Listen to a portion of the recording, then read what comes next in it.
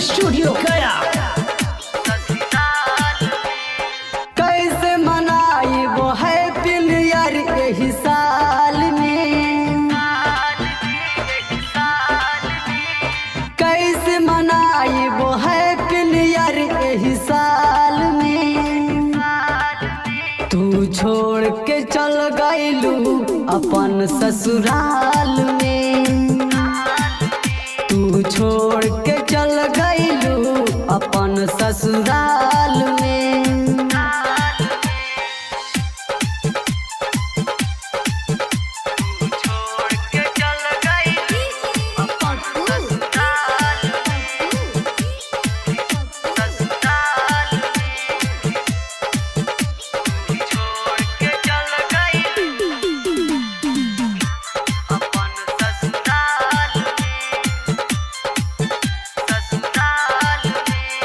यही आघन के लागन में तू कर लिहलू बिया हो, फूलवनिया न खिलोल जिंदगी कर गइलू वीरान हो।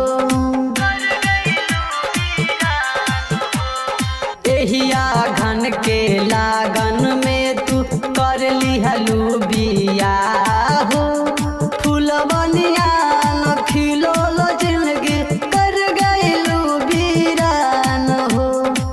करसी बोलबो हैप्पी न्यू ईयर यही हाल में।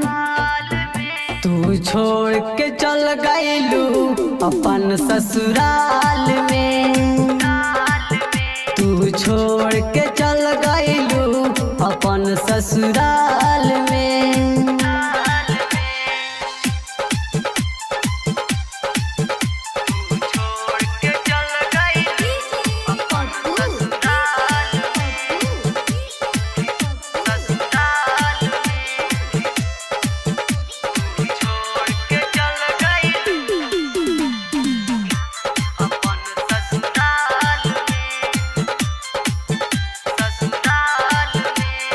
राइटर छोटू सवरिया तोह से करत रहे प्यार हो, देई के धोखा हमरा के तू हो गइलू फरार हो। फोटो में विवाह करत रहे तोहर से कितना प्यार हो, देई के धोखा हमरा के तू हो गइलू फरार हो।